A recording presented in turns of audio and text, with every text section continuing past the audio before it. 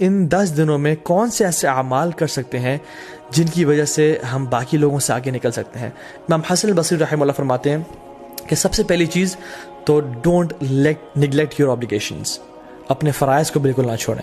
جو شخص آج تک اپنی نمازوں میں اپنے فرائض میں کوتاہی کر رہا تھا تو اس کے لیے بہت بڑی اپرچونٹی ہے کہ وہ ان 10 دنوں میں آگے نکل جائے اور اپنے فرائض سے عمل کرنا شروع کر دے. دوسری چیز جو ہم کر سکتے ہیں وچ از دا فرسٹ تھنگ آئی کوٹ، کہ حج.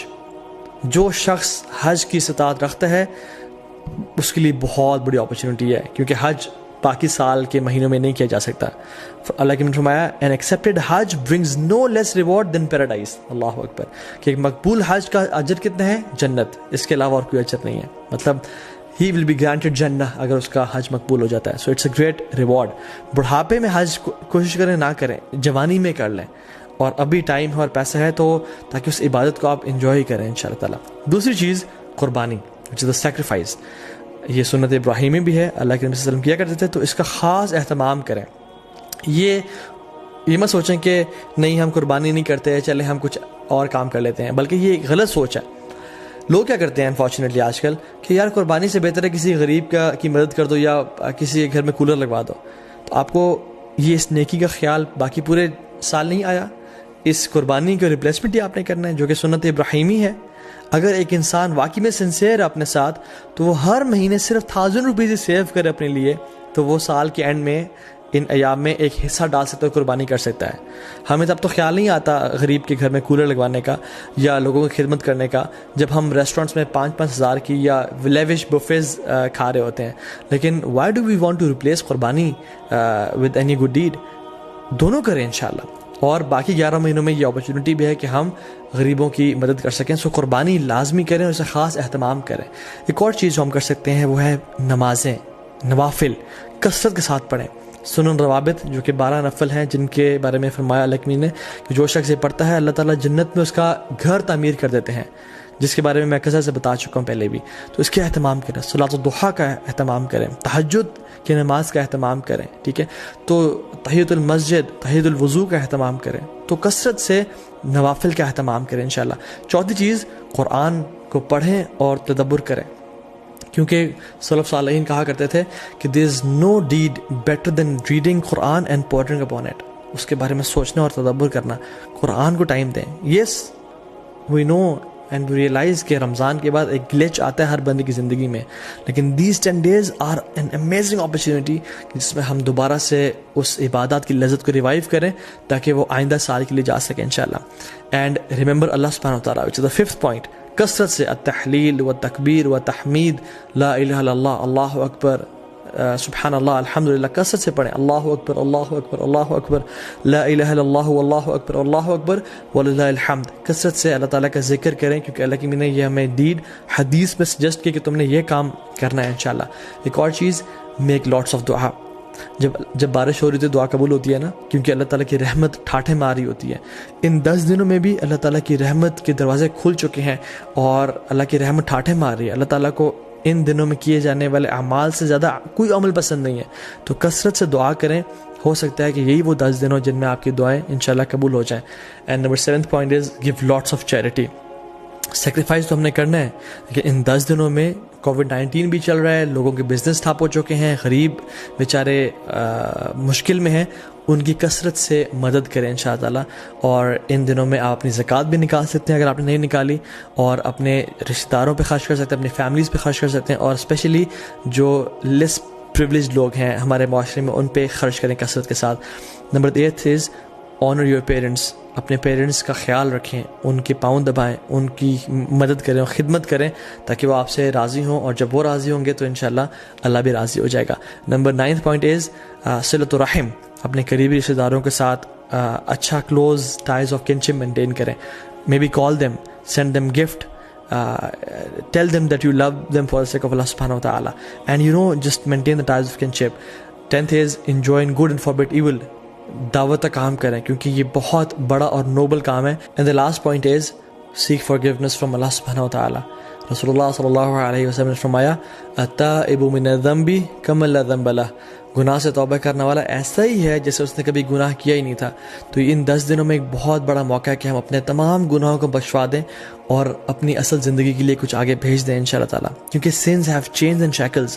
اگر آپ ارادہ رکھتے ہیں تہجد پڑھنے کا اور نیک اعمال کرنے کا لیکن پھر بھی توفیق نہیں ہو رہی تو جان لیں کہ یہ گناہوں کی وجہ سے ہمیں توفیق نہیں مل رہی, اور یہ گناہوں کا جو برڈنز ہیں وہ ہمارے کندھوں پہ ہیں جن کی وجہ سے ہم نیک اعمال نہیں کر پا رہے. So in this race of good deeds throw off your burdens inshallah ta'ala or start with a fresh mind and with a new motivation. What is the dua, what is the best dua for the day of Arafah? Rasulullah sallallahu alaihi wasallam نے فرمایا کہ جو بہترین دعا ہے جو میں اور پچھلے تمام انبیاء عرفہ کے دن مانگا کرتے تھے وہ کیا ہے؟ لا الہ الا اللہ وحدہ لا شریک لہ لہ الملک وله الحمد وهو على كل شيء قدیر. This is the best dua to be recited on the day of Arafah. تو اس کو کثرت سے انشاءاللہ پڑھیں, صبح شام کے اذکار نہ چھوڑیں, ان دنوں میں اللہ کا کثرت سے ذکر کریں اور دن میں 100 دفعہ لا الہ الا اللہ وحدہ لا شریک لہ لہ الملک وله الحمد وهو على كل شيء قدیر پڑھیں. سبحان اللہ وبحمدہ کا ورد کریں اور کثرت سے اللہ تعالیٰ کو یاد کرتے رہیں, کیونکہ عقبہ بن عامر رضی اللہ تعالیٰ عنہ نے فرمایا تھا یا رسول اللہ نجات کس چیز میں ہے؟ تو انہوں نے کیا فرمایا؟ لا یزال لسانک رطبا من ذکر اللہ. اے عقبہ بن عامر اپنی زبان کو اللہ کے ذکر سے تر رکھو تو میں نجات مل جائے گی. ایک فارگوٹن سننا جو کہ ان دنوں میں ہم لوگ بھول چکے ہیں وہ یہ ہے کہ ابو ہریرہ رضی اللہ تعالیٰ عنہ اور عبداللہ بن عمر رضی اللہ تعالیٰ عنہما وہ کیا کرتے تھے کہ بازار میں جا کے اور مسجد سے نکلتے ہوئے اور مارکیٹ پلیسز میں اونچی تکبیرات پڑھا کرتے تھے. اللہ اکبر اللہ اکبر اللہ اکبر لا الہ الا اللہ واللہ اکبر اللہ اکبر وللہ الحمد, تاکہ تمام مسلمانوں کو احساس ہو کہ یہ ایام بہت امپورٹنٹ ایام ہیں اور اللہ تعالیٰ کو کثرت سے وہ یاد کریں اور اللہ کا ذکر ادا کریں. تو اس میں اس چیزوں کو بھی ریوائیو کرنا چاہیے. جو باہری کنٹریز میں ہیں, ایم ناٹ سینگ کہ آپ مالز میں جا کے اونچا اونچا اللہ اکبر کہنا شروع ہو جائیں اور لوگ ڈر جائیں کہ کچھ ابھی یہ پھٹنے لگا ہے, نہیں, بلکہ اپنے معاشرے میں اپنی مسلم کمیونٹی میں اور جہاں بھی آپ ہیں انشاءاللہ مسجد میں جاتے ہوئے مسجد سے نکلتے ہوئے اپنے گھر میں اس سنت کو ریوائیو کریں اور کثرت سے اجر پائیں, اور انشاءاللہ تعالیٰ جو ایک بھولی ہوئی سنت کو تازہ کر دے گا اس کا بہت بڑا اجر اور ریوارڈ ہے. ناؤ کمنگ ٹو سم فقہی مسائل بریفلی. جو شخص ارادہ رکھتا ہے کہ قربانی کرے اس کو چاہیے کہ وہ ان ذو الحجہ کے پہلے 10 دن کے داخل ہونے سے پہلے اپنے نیلز کو اور اپنے بالوں کو کاٹ لے تاکہ ان دنوں میں نہ کاٹے, ٹھیک ہے, کیونکہ اللہ نے فرمایا کہ جو شخص ارادہ رکھتا ہے قربانی کرنے کا تو اس کے لیے جائز نہیں ہے کہ وہ ان دنوں میں اپنے ناخن کو اور بالوں کو کاٹے, ٹھیک ہے.